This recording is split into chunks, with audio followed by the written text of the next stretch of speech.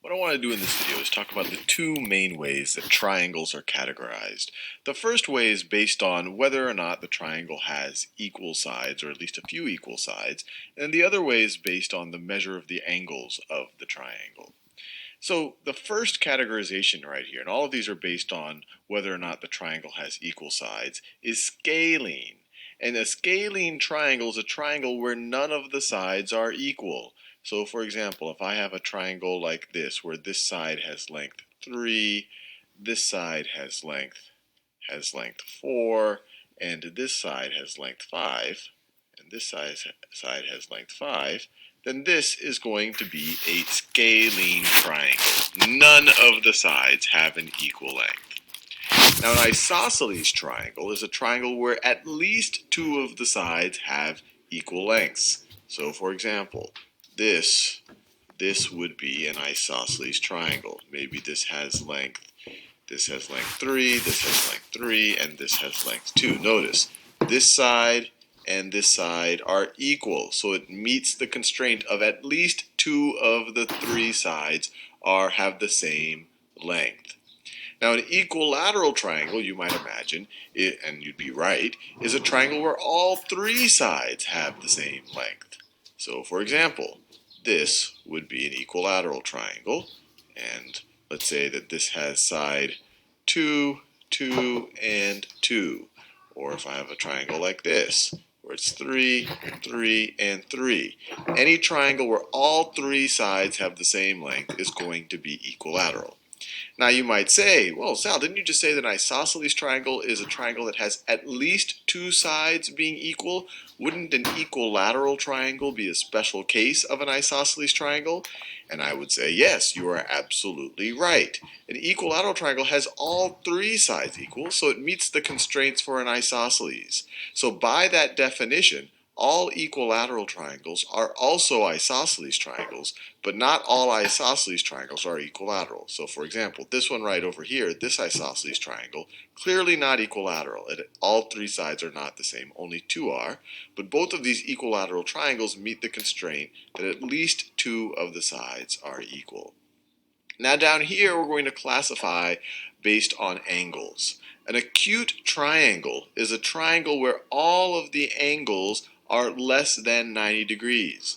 So for example, a triangle like this, maybe this is 60. Let me draw a little bit bigger so I can draw the angle measures.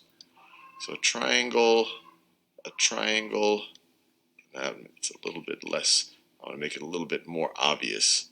So let's say a triangle like this. If this angle is 60 degrees, maybe this one right over here is 59 degrees, and then this angle right over here is 61 degrees. Notice they all add up to 180 degrees. This would be an acute triangle. Notice all of the angles are less than 90 degrees. So less than 90-degree angles for all of them. A right triangle is a triangle that has one angle that is exactly 90 degrees. So for example, this right over here would be a right triangle. Maybe this angle or this angle is the one that's 90 degrees. And the normal way that this is specified, people wouldn't just do the traditional angle measure and write 90 degrees here. They would normally they would draw the angle like this. They would put a little, I guess you could, the edge of a box looking thing.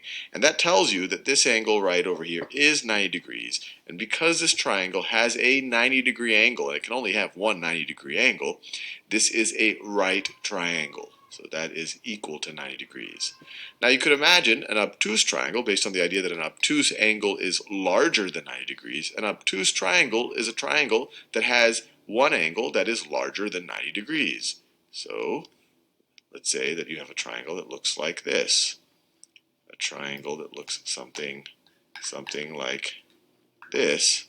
Maybe this is 120 degrees, and then let's see, let me make sure that this would make sense. Maybe this is 25 degrees, and maybe this is 30, or maybe that is 35 degrees. This is 25 degrees. notice they still add up to 180, or at least they should. 25 plus 35 is 60, plus 120 is 180 degrees. But the important point here is that we have an angle that is larger, that is greater than 90 degrees.